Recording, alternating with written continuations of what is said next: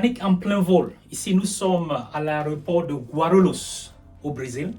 Et nous sommes ici dans un Airbus 330 en détresse. Donc, nous avons un vol 330 partant de l'aéroport international de Guarulhos pour Atlanta qui fait un atterrissage d'urgence à cause d'un problème au niveau du réacteur gauche de l'avion. Alors, regardons un peu ce qui se passe à partir des caméras à l'intérieur de l'avion. Et en plus, regardons ce qui se passe à partir de l'extérieur, vue extérieure de l'avion.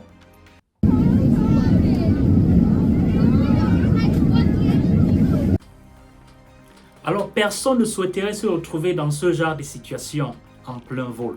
Mais il est important de noter que de nos jours, avec l'évolution de la technologie, le moyen de transport par avion reste encore le moyen de transport le plus sécurisé dans le monde. À cause des options de relais que nous avons qui sont installés dans nos avions de nos jours, il est possible, n'est-ce pas, d'avoir des incidents beaucoup plus sérieux même que celui-ci et pouvoir survivre. Et l'avion parvient toujours à pouvoir atterrir sans difficulté. Je vous ai fait part d'une vidéo récente où il y a un vol de British Airways qui a eu à perdre son pneu en plein vol. L'avion a dû atterrir sans souci. Aujourd'hui, nous parlons d'un réacteur. Aujourd'hui, c'est plus sérieux, mais l'avion est toujours parvenu à atterrir sans qu'il y ait des vies humaines affectées. Donc, nous parlons de ça aujourd'hui dans notre vidéo. Restez. Nous sommes dans le 29 mars 2026, plus exactement à 23h49, car nous avons un Airbus 330 appartenant à la compagnie Delta Airlines qui décolle à partir de l'aéroport de Guarulhos, se rendant effectivement à Atlanta.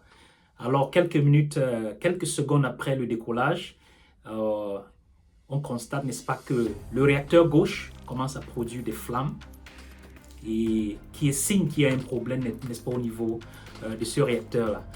Donc, ce genre de problème arrive très rarement, mais bien sûr, quand il arrive, il est encore possible de pouvoir trouver les moyens pour pouvoir faire redescendre l'appareil et permettre aux passagers de désembarquer dans des conditions de sécurité acceptables.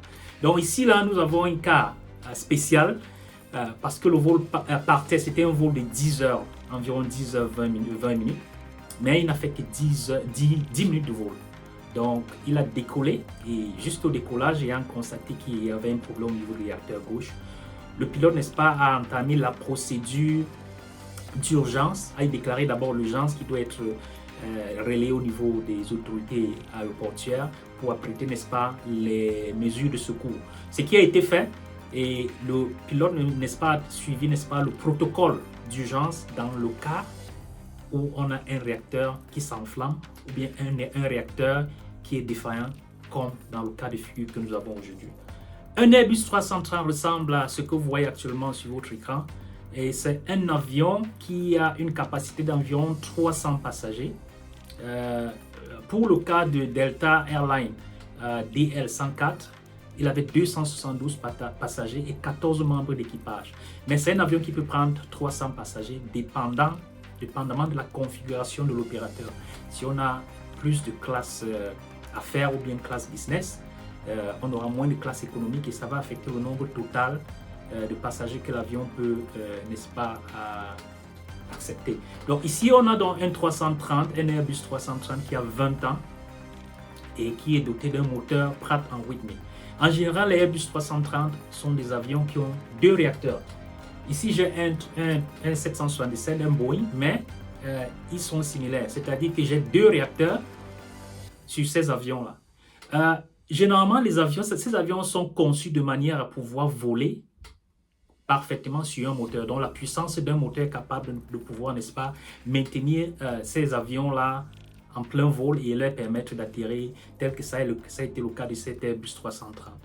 Alors, on a beaucoup de fonctions de relais dans ces réacteurs-là. C'est pour ça que nous sommes partis. C'est pour ça qu'au départ, il était question, l'industrie aéronautique s'est focalisée sur les avions à 4 réacteurs tels que le 747. Il a 4 réacteurs. Mais on a constaté que c'était extrêmement cher. Donc ça veut dire que ça consommait beaucoup de carburant.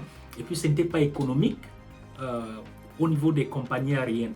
Donc les compagnies aériennes ne parvenaient pas à faire assez de profit parce qu'ils consommaient beaucoup en carburant. Quand on a 4 réacteurs ainsi, il y a beaucoup de carburant qui doit être consommé par ces réacteurs-là. Alors pour réduire la consommation de l'avion, on a, n'est-ce pas, opté à aller avec des moteurs plus performants et en gardant la configuration de deux réacteurs pour un avion. Bien entendu, il y a des exceptions telles que les Airbus 380. Il est aussi gros et il devrait avoir plus de 2 moteurs. Pourquoi? À cause de son gabarit.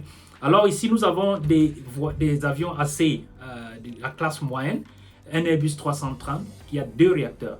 Mais ces réacteurs-là sont assez puissants pour pouvoir maintenir ces avions-là en plein vol. Ça a été le cas de Delta Airlines, le vol DL140, qui a, n'est-ce pas, fait l'atterrissage d'urgence ce 29 mars. Donc, ces réacteurs-là ont cette possibilité de pouvoir maintenir l'avion en plein vol. C'est pour ça qu'après avoir perdu le réacteur Go sur le vol 104 de Delta Airlines, le pilote a pu continuer son vol avec le réacteur droit sans souci. Il a juste suivi les procédures d'urgence en cas de faute d'un réacteur et il a exécuté cela, il a éteint ce réacteur-là afin de permettre, n'est-ce pas, afin de continuer le vol et atterrir avec le réacteur droit.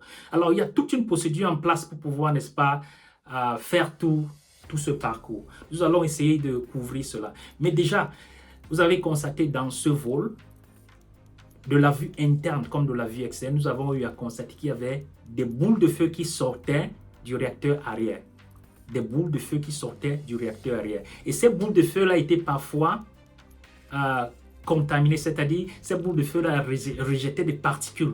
On pouvait voir des particules qui, n'est-ce pas, s'échappaient en plein air sortant de ces réacteurs-là. Ce phénomène nous conduit déjà à pouvoir avoir des informations préliminaires qui peuvent conduire à nous orienter vers le problème qui se serait posé afin que ce réacteur-là puisse s'éteindre en plein vol. Alors, couvrons un peu un fonctionnement simple du réacteur. Alors, quand l'avion est en plein vol, il y a de l'air qui entre au niveau du réacteur ici. Alors, cette air-là est compressée. Cette air-là est compressée par un compresseur qui est juste à l'entrée du réacteur. Ce compresseur-là compresse l'air qui doit être passé dans la chambre à combustion.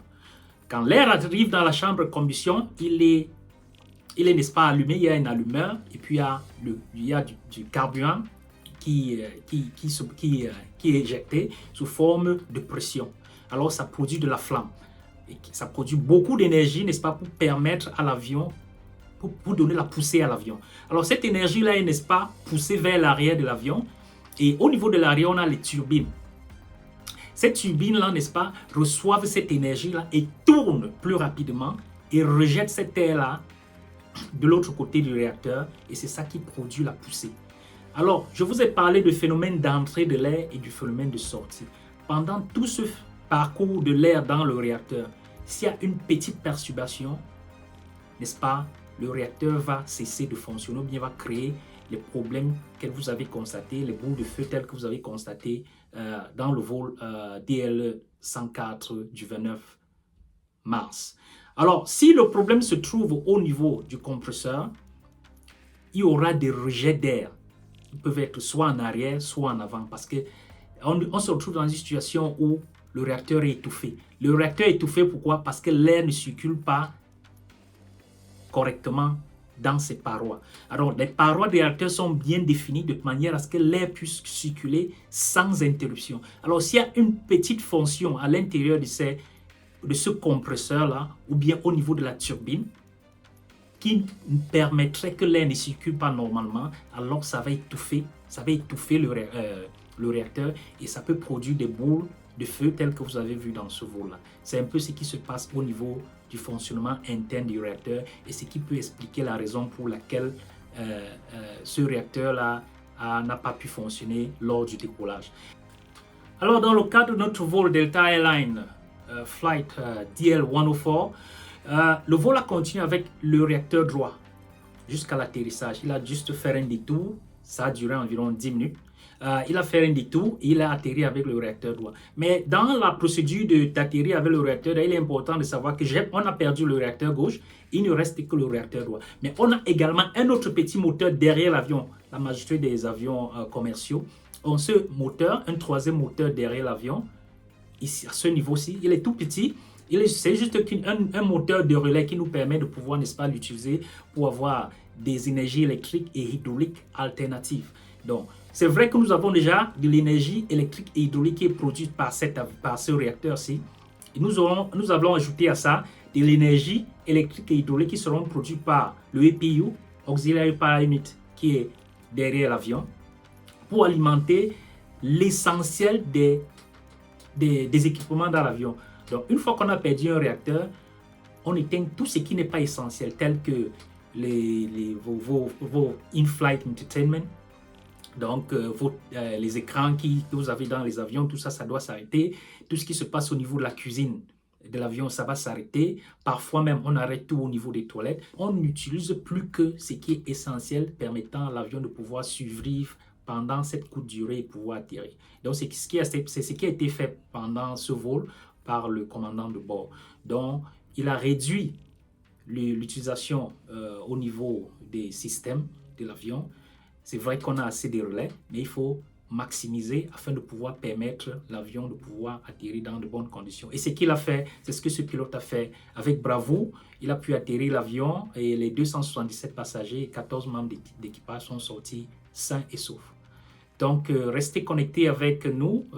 Si vous avez aimé, partagez et likez. Et surtout, abonnez-vous pour ne pas rater les autres vidéos que nous allons produire sur cette plateforme. Merci.